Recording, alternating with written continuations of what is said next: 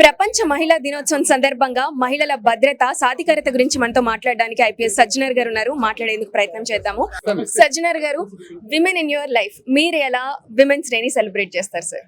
So మన ఇంట్లో కూడా వాళ్ళే మెజారిటీ ఉన్నారు. సో డెఫినెట్లీ వాళ్ళతోని మనము రేపు వాళ్ళతోని కొంత టైం స్పెండ్ చేస్తాను.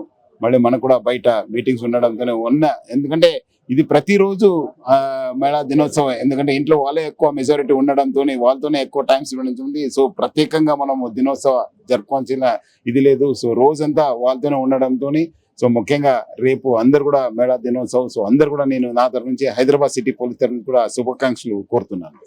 భద్రతకి సంబంధించి షీ టీమ్స్ అని ఒకటి స్టార్ట్ కూడా చేశారు. అవి ఎలాంటి మార్పు తీసుకొచ్చాయి సార్?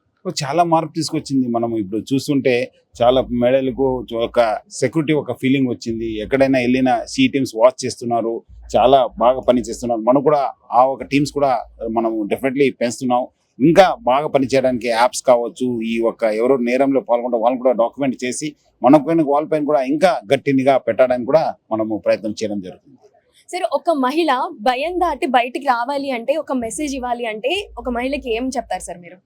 మహిళలు ఎప్పుడు కూడా మీరు ఇండిపెండెంట్ గా ఉండాలి. మీరందరూ కూడా మనకు ఈ సురక్షిత వాతావరణం ఉందని చెప్పాలి. మీకేమాదిరి అన్యాయం కానీ మీకేమాదిరి జరిగితే మా దృష్టికి తీసుకురండి. చాలా మంది సైలెంట్ గా ఉండడంతో అప్తులు వాళ్ళు ఎవరున్నారు వాళ్ళకి ఒక ఎంకరేజ్మెంట్ ఇచ్చినట్లు ఉంటుంది. మీకు నేరం కావచ్చు, ఆఫ్లైన్ లో కావచ్చు, ఆన్లైన్ లో కావచ్చు, మీరు చెప్పాలి. చెప్పినప్పుడే మనకు తెలియపరుస్తుంది. మనం కూడా ఆ నేరస్ని కూడా పట్టుకోవడానికి అవకాశం ఉంది. ఎందుకంటే చాలా మంది చూశాను, మనకెందుకు అని చెప్పి వెళ్ళిపోతున్నారు. సో ఆ చిన్న చిన్న నేరాలే తర్వాత పెద్ద క్రైమ్ అయ్యే అవకాశం ఉంటుంది. సో మీకు ఏం చిన్న తప్పు జరిగినా మా దృష్టికి డయల్ 100కి ఫోన్ చేయాలని చెప్పి నేను అందరికీ కోరుతున్నాను. Thank you so much sir. And ఇంకొకటి సార్, ఒకవేళ మీ లైఫ్ లో ఉన్న విమెన్ నుంచి ఒక లెసన్ నేను నేర్చుకున్నాను అని చెప్పాలి అంటే ఏం నేర్చుకున్నారు సార్? అంటే పేషెన్స్. అందరు కూడా వాళ్ళకు మేళకు ఉన్న పేషెన్స్ మన వాళ్ళకు ఉండదు. సో వాళ్ళు మా అమ్మ నుంచి కావచ్చు, మా పిల్లల గురించి కావచ్చు, మా భార్య నుంచి they have lot of patience. ఇప్పుడు మీరందరూ కూడా స్పీకర్స్ చూస్తుంటారు.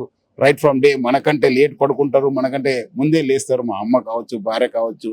So that is the biggest thing. Patience అనేది మనం అందరూ కూడా మగవాళ్ళు నేర్చుకోవాలని చెప్పి నేను కోరుతున్నాను. ఓకే సార్, పోలీస్ డిపార్ట్మెంట్ లోకి మహిళలు రావాలి అని అనుకుంటూ ఉంటారు కదా, వాళ్ళందరికీ మీరు ఏం చెప్తారు సార్? ఇస్ ఇట్ మంచిదైనా రావడం అండ్ ఎలాంటి ఎంకరేజ్మెంట్ ఉంటుంది సార్? సో మహిళలు అందరికీ బాగా అవకాశాలు ఉందా? డెఫినెట్లీ వచ్చే రోజు కూడా ఇంకా ప్రభుత్వం కూడా మనకు మహిళల్ని ఎక్కువ మంది రిక్రూట్ చేయాలని చెప్పి అనుకుంటుంది. సో డెఫినెట్లీ మనకు మంచి అవకాశాలని ఉన్న మహిళలు అందరూ కూడా అప్లై చేసుకుని యూస్ చేసుకోవాలని చెప్పి నేను కోరుతున్నాను. Thank you so much sir.